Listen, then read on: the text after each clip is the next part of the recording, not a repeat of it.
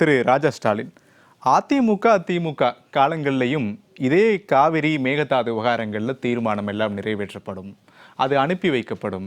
ஆனால் ஒரு முடிவு இல்லாத ஒரு சூழல் தான் இப்போது வரைக்கும் இருக்கு. ஒரு முடிவை தேடக்கூடிய நோக்கில் முதலமைச்சர் ஜோசப் விஜய் தலைமையிலான அரசு ஒரு முயற்சி எடுத்திருக்கிறாங்க. இந்த சட்டமன்ற கூட்டத்தொடரில் அது யாரோ ஒருவர் முன்மொழிந்ததாக இருக்கலாம், சட்டமன்றத்தினுடைய எதிர்க்கட்சி தலைவர், ஆனால் அது நிறைவேற்றப்பட்டு விட்டது. அதன் மீது ஏன் இவ்வளவு அழுத்தம் முதலமைச்சருக்கு இந்த மேகதாது விவகாரங்களில்? இன்னும் சொல்ல போனால் எடப்பாடி திரு கே பழனிசாமி பேசும்போதுதான் தாவேகாவினுடைய அமைச்சர்கள் எழுந்து சொல்கிறார்கள், கர்நாடகாவில் ஒற்றுமை காவிரி விவகாரத்தில் இருக்கிறது, தமிழ்நாட்டில் ஒற்றுமையே இல்லாத ஒரு சூழல், இது கர்நாடகாவுக்கு தானே சாதகமா போகும் கேட்கிறாங்க. அப்போ தாவேகாவிற்கு ஆதரவாக போகலாம் இல்லையா? மேகதாது விவகாரத்தில் அனைவருடைய நிலைப்பாடும் ஒன்றுதான் என்றால் ஏன் அரசியல் ரீதியிலான அந்த மோதல்கள் இருக்கிறதோ அப்படின்ற ஒரு கேள்வி எழுது. அந்த கேள்வி உண்மைதானா? அந்த பார்வையும் சரிதானா? அதான் சார், காவேரி விஷயத்துல நம்மளுக்கு தீர்ப்பு சொல்லி தமிழ்நாட்டுக்கு சொன்னதுக்கு பிறகு அந்த தீர்ப்பை முதலமைச்சர் முன்னாள் முதலமைச்சர் பிரச்சனை அம்மா அவர்கள் கூட உண்ணாவிரதம் அரசியலில் வர வச்சு நடைமுறை கொண்டு வந்தாங்க. அதை மீண்டும் கேள்விக்குள்ளாக்குவது இருக்குல்ல. ஏன்னா நீங்கள் மறுபடியும் காவிரி ஆணையம் அமைச்சங்கன்னா அது பாதிக்கப்படுகிறாங்க. நீங்கள் பாட்டாளி மக்கள் கட்சியை சேர்ந்த கணேஷ்குமார் அவர்கள் பேசுனது கூட அதைக்கு ஒட்டி தான் பேசுறாங்க. ஆனா ரெண்டுக்குமான வித்தியாசம் சொல்றாங்கல்ல. இப்ப புதிதாக நடுவர் மன்றம் அமைப்பது மேகதாது விவகாரத்துக்கு மட்டும்தான். ஏற்கனவே உச்சநீதிமன்றம் 2018 வழங்கி இருக்கக்கூடிய தீர்ப்பை எந்த வகையிலும் இது பாதிக்காது அப்படின்ற ஒரு விளக்கத்தையும் ஆளும் அரசு கொடுக்கும்போது அதையும் ஏத்துக்கணும்ல சார். ஏற்கனவே அமைஞ்ச காவேரி மேலாண்மை வாரியமே ஏறத்தாழ முடிவெடுத்து வர்றதுக்கு 13 ஆண்டுகள் ஆச்சு. தீர்ப்பு வந்ததுக்கு பிறகு நடைமுறைப்படுத்துவதற்கு ஒரு முதல்வரே உண்ணாவிரதம் இருந்து நடைமுறைப்படுத்த அடுத்து ஒரு 4 ஆண்டு ஆச்சு. எல்லா தமிழ்நாட்டு எம்பிக்களும் அங்கே 37 பேர் அங்கே போராடினாங்க. தமிழ்நாட்டு அங்கே டெல்லியில போராடி தான் அரசியலில் வர வச்சாங்க. இவ்வளவு விஷயம் நடந்ததுக்கு இதுக்கே ஏறத்தாழ ஒரு 20 ஆண்டு காலம் ஆயிடுச்சு. இப்ப மீண்டும் அந்த 20 ஆண்டு காலம் வேணுமா? ஏன்னா இந்த நதிநீர் பிரச்சனைல உலகம் முழுக்கவே இருக்கிறது தான். இப்போ ஒன்றும் இப்போ நைல் நதி ஏறத்தாழ 11 நாடுகளில் வருது. ஏன்னா உகாண்டாவில் ஆரம்பிச்சு இப்போ எகிப்து வரைக்கும் பாயுது. ஏன்னா 11 நாடுகள் தண்ணியை பகிர்ந்துக்க முடியுது. 11 நாடுகளையும் அணை கட்டி இருக்கிறாங்க. சிக்கலில் ஒருவருக்கணும். நம்ம எதிரி நாடுன்னு சொல்ற பாகிஸ்தான்ல சிந்து நதி பாயுது. நம்ம சீனால தீபத்தில் பாஞ்சு இந்திய லடாக் வழியா பாகிஸ்தான்ல பாயுது. ஆக பாகிஸ்தானு கீழே இருக்கிற நாடு, அந்த நாட்டுல அணை கட்டுறான், தர்மசீல அணை. ஆனா அந்த அணைக்கு இந்தியா அனுமதி கொடுக்குது. இப்ப பகல்கம் தாக்குதல் பிறகு இந்தியா என்ன பண்ணுச்சு? நதியை சிந்து நதி நிறுத்தினாங்க. உலக நாடுகள் கண்டிச்சது. ஏன் நீங்க உங்களுடைய பிரச்சனைக்காக நதியை நிறுத்தக்கூடாது, தண்ணியை நீங்க நிறுத்தக்கூடாது அப்படின்னு திருப்பி திறக்க சொல்றாங்க. ஸோ இப்படி ஒரு சர்வதேச அளவுக்கு இருக்க எல்லா நாடுகளும் நதியை பகிர்ந்துக்கும் போது பக்கத்தில் அண்டை மாநிலம் ஒரே நாட்டுக்குள்ள 2 மாநிலமாக இருக்கிறவர்கள் பகிர்ந்துக்க வேண்டிய விஷயம் தான். இதை இப்ப யாரு பகிர்ந்துக்கலன்றீங்க? டிவிகே அரசு பகிர்ந்துக்க கூடாது, கர்நாடகா சொல்றீங்களா? ஆல்ரெடி அந்த உரிமையை நிலைநாட்டுவதான் முக்கியம். நீங்க திருப்பி மேலாண்மை வாரியம் தள்ளி போட்டீங்கன்னா, இப்ப ஒரு ராமதாஸ் தொடக்க காலத்துல வச்சாரு பாருங்க, ஜாதிவாரி கூட்டமைப்பு மாதிரி, ஜாதிவாரி கணக்கெடுப்பு. இன்னைக்கு வரைக்கும் அது டில் டேட் ரன்னிங்ல தான் இருக்கு. ஏறத்தாழ 30 ஆண்டு 40 ஆண்டு கோரிக்கை. அதே போல உதாரணத்துக்கு ஒன்று சொல்றேன், அதே போல இந்த கோரிக்கை என்பது 20 ஆண்டுகள் மீண்டும் ஓடிக்கிட்டே இருக்கும். இல்ல திருப்பி நம்ம அதுக்குள்ளேயே தான் வரும். இப்ப கேள்வி 2018 வழங்கி இருக்கக்கூடிய தீர்ப்பை கேள்விக்குறியாக்கல முதலமைச்சருடைய தீர்மானம் நிறைவேற்றப்பட்டது.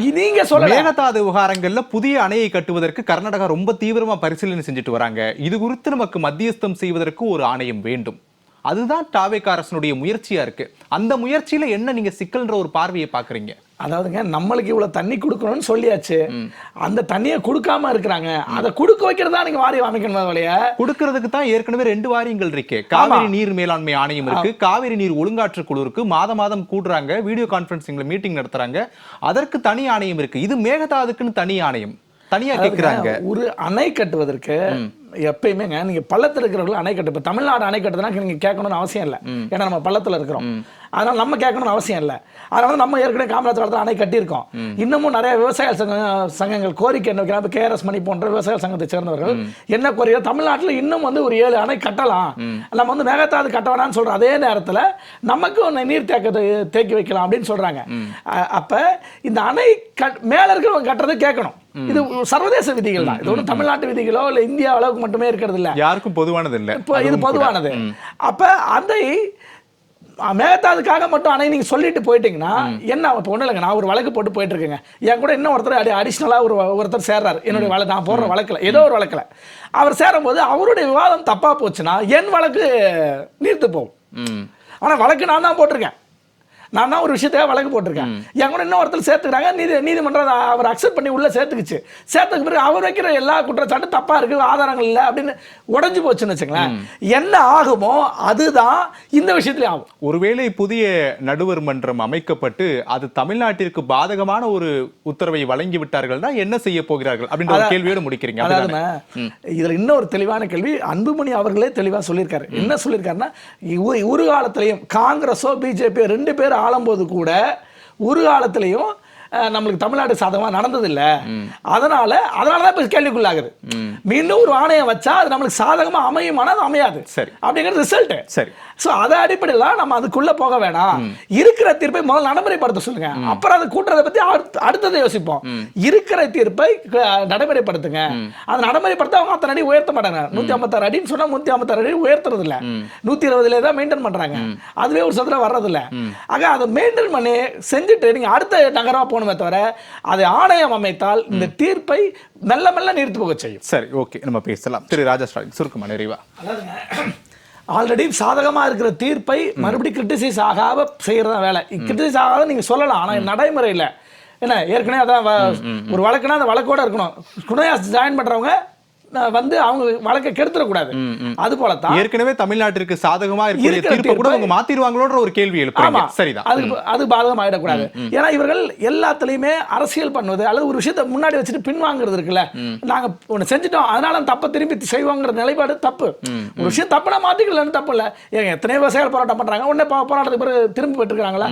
இல்ல, நாங்க இந்த சட்டத்தை வாபஸ் மத்திய அரசாங்கத்துல இருந்து மாநில அரசாங்கம் வரைக்கும் ஜல்லிக்கட்டுல இருந்து எத்தனையோ போராட்டம், டெல்லி விவசாயிகள் போராட்டம் எல்லாமே அப்படி வாபஸ் இருக்காங்க. அதனால அப்படியான இடத்தை இவங்க தாவேக போகக்கூடாது. ஒரு புதிய காட்சி வந்திருக்கு, நம்ம எடுக்கும் போதே ஒரு ஆரோக்கியமா இருக்கணும். இது சட்டமன்றத்துடைய முதல் கூட்டத்தொடர்ல தமிழ்நாட்டு சிக்கல் ஆரம்பிக்கும்.